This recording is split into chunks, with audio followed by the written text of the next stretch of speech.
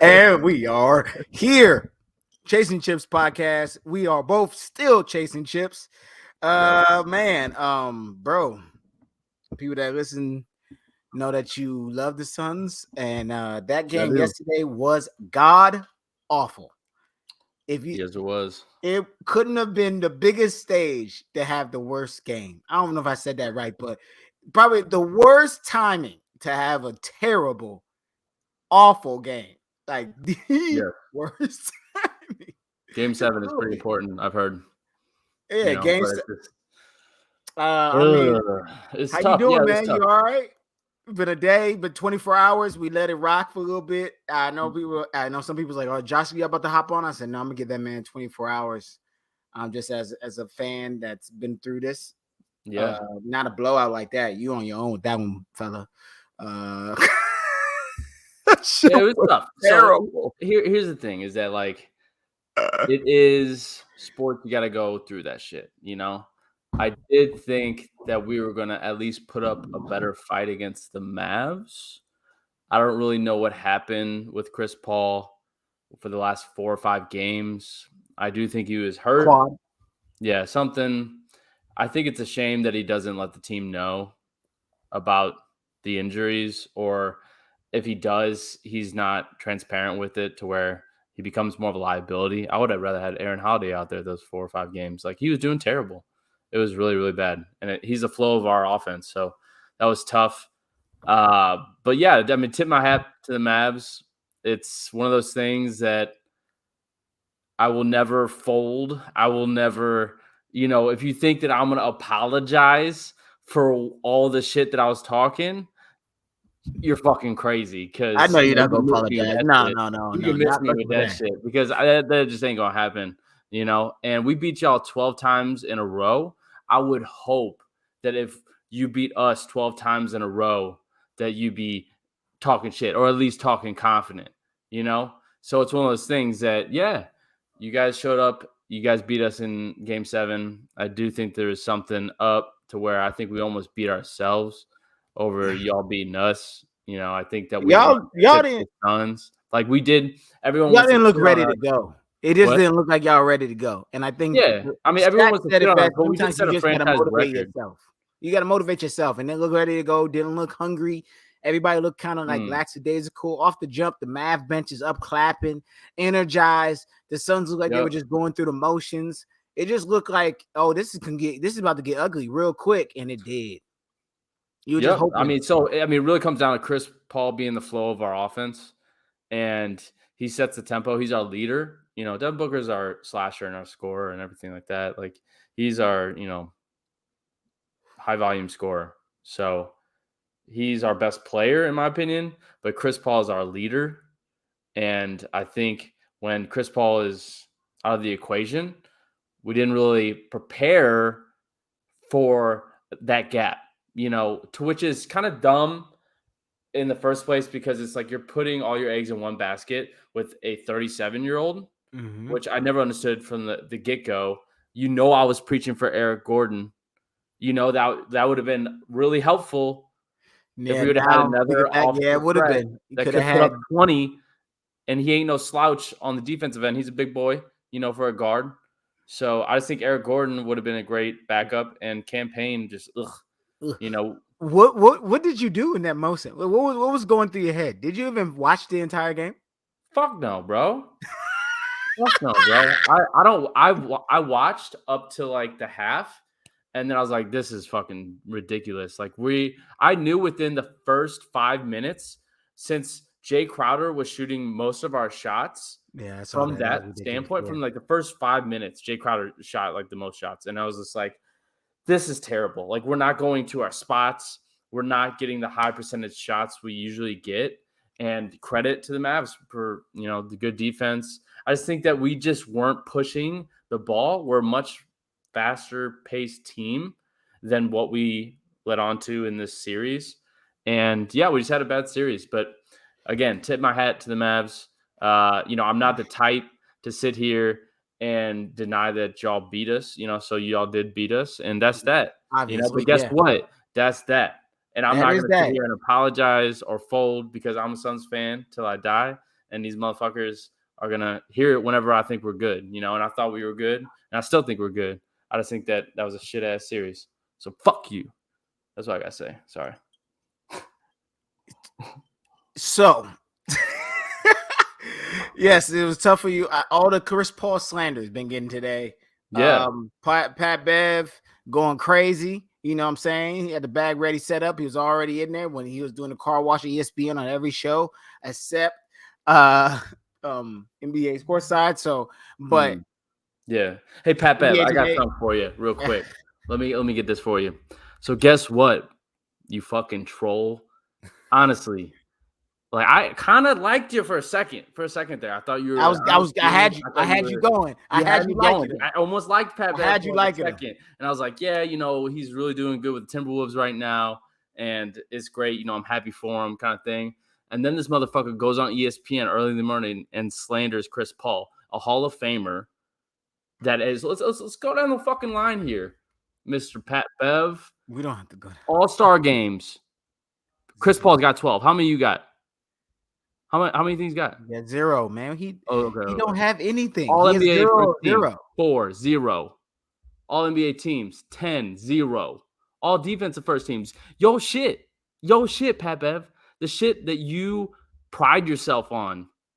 Chris Paul, all defensive team 9. You 3. You're a chump, bro. And for you to go out there and slander him when he's down and kick him in while he's down, a fellow NBA player, that was low class. And I'm glad that Matt Barnes and JJ Redick and a few other people, they stood up for Chris Paul. You have your feelings about Chris Paul, but the amount of slander that's been happening, especially Book, dude. Book's like a classy man, and he's talking shit. He's confident when he's playing, but he ain't dirty. There's something about stand up. So I don't. When it comes to the Chris Paul slander Pat was giving, I found it, comical because I'm like, this dude's really doing the most. And, good. I'm going to get this man a contract on TV. He's very entertaining. But, anybody knows me. Chris Paul is my favorite player in the league. It has been my favorite player in the league since Mike retired, for real. And, you can't slander the boy like that. You know what I'm saying? A guy like that. I understand. You got jokes. You get him off. He wasn't playing well. Do I think he was injured? I called it off through game 3. Yeah, of course. I know he was injured. He's 37 years old. He's not hitting. He's not going after his spots. He's not even trying to shoot. Yeah. But the biggest thing for me is that, like Matt Barnes says, you just got to the point of being disrespectful. We know you're talking about the game. I know some of the things you are speaking on, like calling him a cone. Do I think he's a defensive liability? Yes. Do I think he's just going to go around? No. I mean. But dude, that's the thing is that now he's a defensive liability because he's 37. Like, come on. Exactly. Now he is in the presence now, but not corny, bro. His whole career. Now it's that's when we got a little crazy, and I was like, you got to make sure he's putting like certain words at the end now. I think, but he gonna keep talking his talking. Yeah, talking the shit, and that's not what Pat Bev does. I'm still gonna be, I like Pat Bev. He's very entertaining, but yeah, man, you there's something about, multiple different takes about how you're a chump. No one's sleeping. You're not sleeping. Right. You're not going to sleep early for Chris Paul. You're going to sleep early for Steph Curry. That's a whole different type of player, obviously. You know what I'm saying? This is a lot of. I mean, for me, it was just like, come on, man. This is so unnecessary. But he kept going. And people found it entertaining for the morning time. But you can see that most people were started like that found it funny in the morning. Definitely understood what Matt Barnes and JJ Redick was saying later in the day. We're like, come on, man. You doing the most. And then he want to go out and say that the championship that LeBron and them won was a bubble championship. Come on, man. Again, we have to stop with that. Just because there's no fans. That's like me walking around saying, hey, man, we only lost because we weren't playing at home. Right. No, we were up by 17. We should have won that game. Do I think we win those games if we're at home? Yes, definitely. Right. Everybody knows that. The whole playoffs is a different bubble. The whole bubble playoffs is a whole different vibe if they're not at the bubble. Right. But that's not the case. You got to play like I always say, you got to play the team that's in front of you. Healthy, unhealthy, it is what it is. The Mavs, some people had the Mavs winning. Most people had the Suns, and same 7 with the people had the Suns. Yeah. Game 7 was a stunner. It's just what it is. It was you just We couldn't fell believe apart. Yeah. There's no justifying it, it though. turned out being that bad. You know what I'm saying? And then just the whole thing. Devin was getting double teamed. DeAndre Ayton had 3 fouls and 3 points in the first half. Yeah. Ouch. Said Chris Paul wasn't healthy. But now we're on to the Western Conference Finals. But that's his fault. And I don't believe the Mavs have a chance. And I'm going to keep saying it. And I didn't think the Mavs had a chance I don't against either. the Suns. I don't believe the Mavs have a chance against the Warriors. I think the Warriors I think the Warriors are going to win that. No doubt. I think the Warriors beat them 4-1. Right. I think they're just more like the Warriors been coasting, man. We talked about this. They've been coasted. I got a point to make with Pat Bev, though. You know, and let me have my moment because this is my this is my finish line. You know, so Pat Bev, there's a fine line between quality content and entertainment. You know, and you're on the side of these entertainers now. You know, you come in with these antics, saying this wild shit. You know, in my mind, you're no different than a Skip Bayless. You know, different than a Mad Dog. You know, that's you. That's you. You just come in just to be a troll, and you're not speaking quality content. You know, you're just trying to like fucking get your little fame, get your moment, and that's cool. Do you? But guess what? You know, I put you in that same category as Skip Bayless, bro. You no different. So if you're gonna come in and do that shit, that's low. I ain't about that shit. For real. Yeah, I got you. I understand. No, yeah, I understand. Like I get it. Being that somebody that works in the TV field, you got some guys that are just gonna be extra all the time, and that's what it is. Sometimes you got to deal with. Sometimes you got to work with them and got to be like, all right, man, that's your thing. It ain't me on TV. But yeah, I think the Western Conference Finals. I think the Warriors have had the easiest road than any team, and the road did not get harder. I know people are like, oh, Luka's gonna be tearing them boys up. Luka gonna tear anybody up. And we have to understand this, people. Luka is really good. Okay. Yes. Is he the best player in the world? No, Giannis is. Stop all that. Can Luka go 30 points and have a bunch of points against the Warriors? For sure. Is that going to be the deciding factor to beat the Warriors? Absolutely not. Now, everybody's like, oh, what happened? Finney Smith shows up or Dinwiddie shows up. Come on, man. Bro, I've been fooled before, Jalen Brunson. I was like, Jalen Brunson, what are we like? Come on. I know they won the season. This is the playoffs. This is different. The Warriors have been coasting. Steph Curry ain't giving us one of them Steph Curry like, oh shit. Yeah. The ball, the hoop looks like a damn ocean right now to him.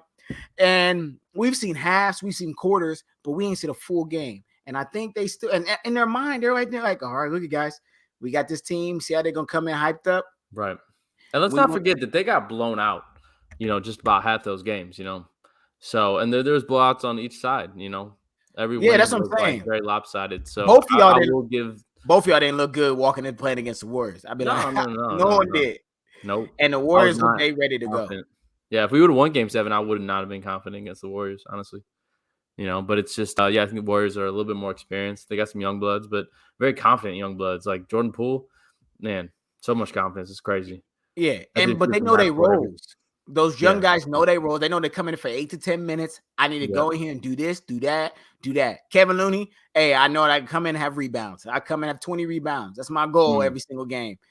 His goal is not to score 10 points. His goal is to have 20 rebounds and like 5 assists, all passes to Clay, Steph, or Jordan Poole. You know what I mean? Like, the Mavs aren't big, really. So it's just like one of those things that probably Draymond will just fit right into that 5 and that'll work out.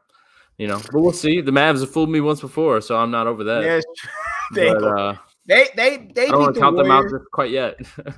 If they beat the Warriors, this might be Dallas might keep on having this mantra of like the hardest run. The Celtics, though, bro, or the Heat. Personally, I mean, maybe they can do something crazy with the Warriors, but like, man, the East is, I think, stronger, the strongest, no matter who wins. Mm-hmm.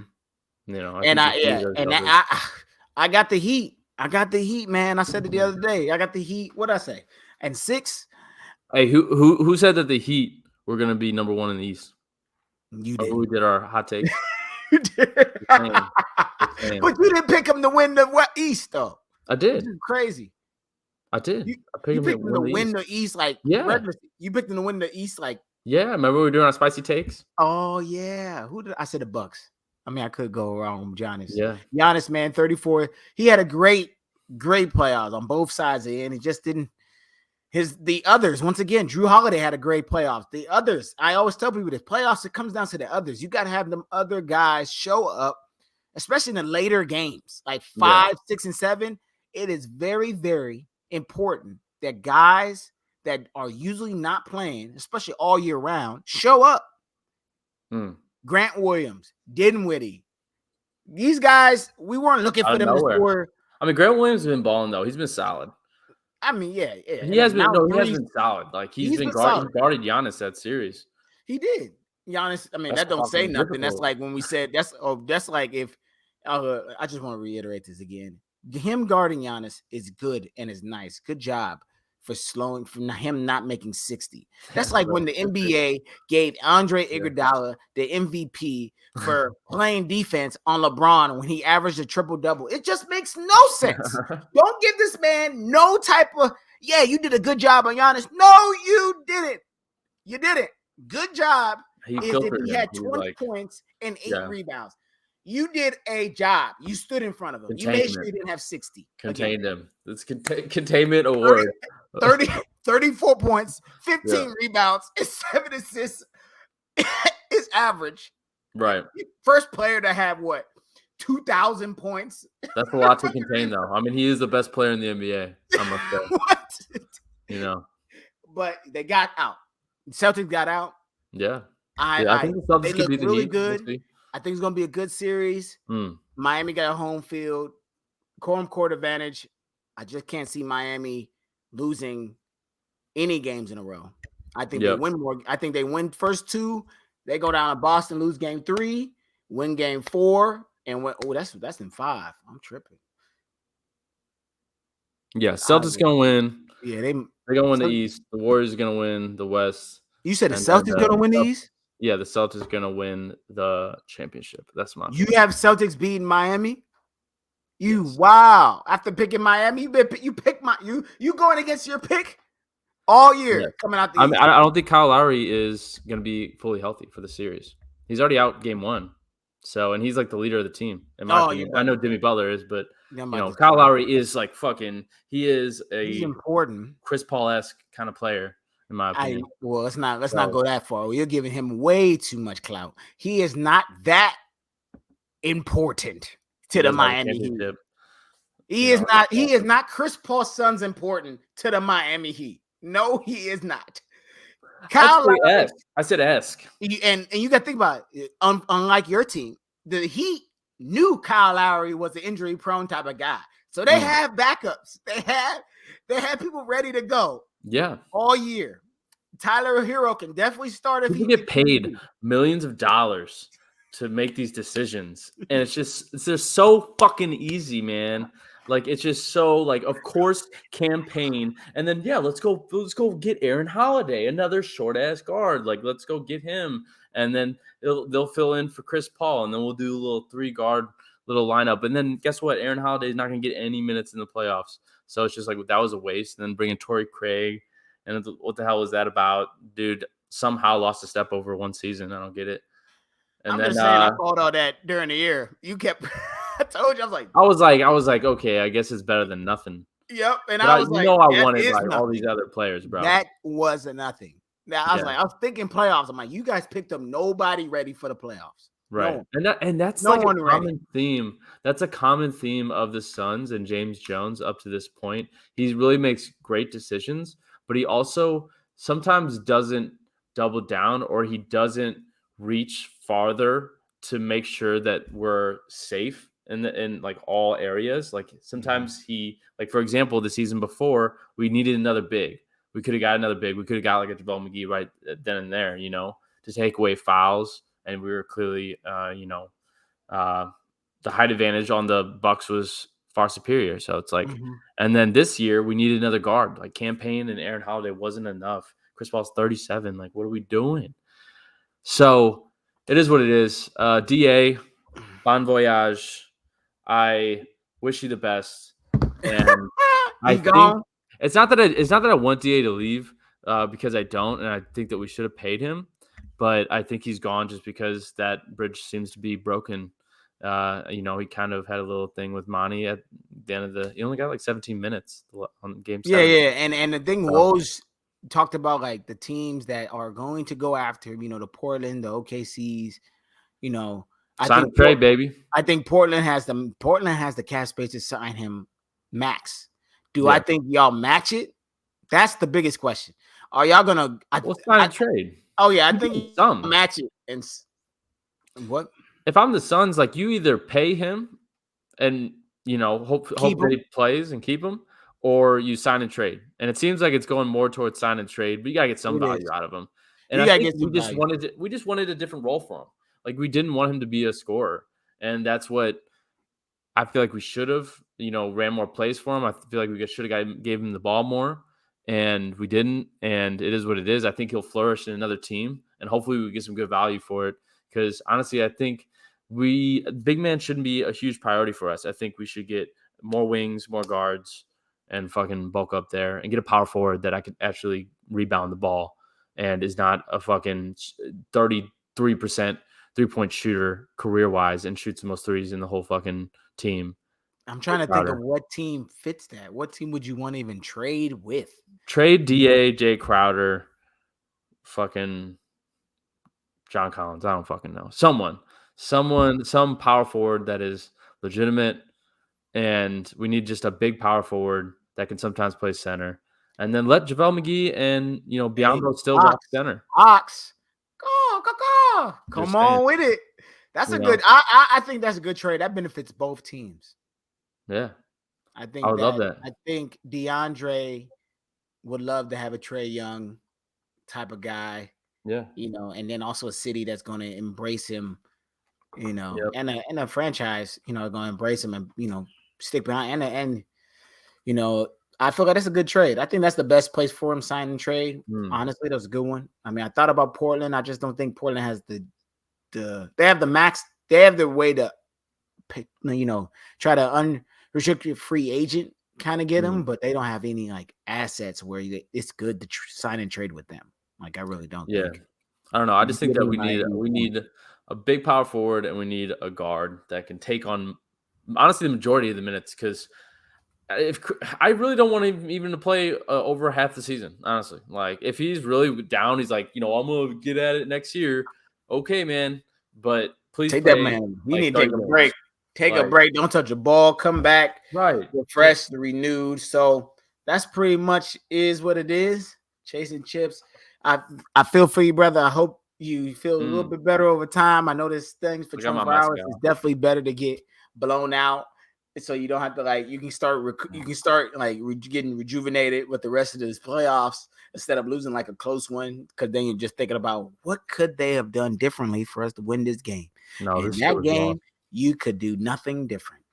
Don't shit the bed, maybe. Well, all right. Chasing Chips, be sure to subscribe. Be sure to follow Arena of the Mind at Davis Joshua _, at Chasing Chips. Appreciate y'all. I'm still mourning.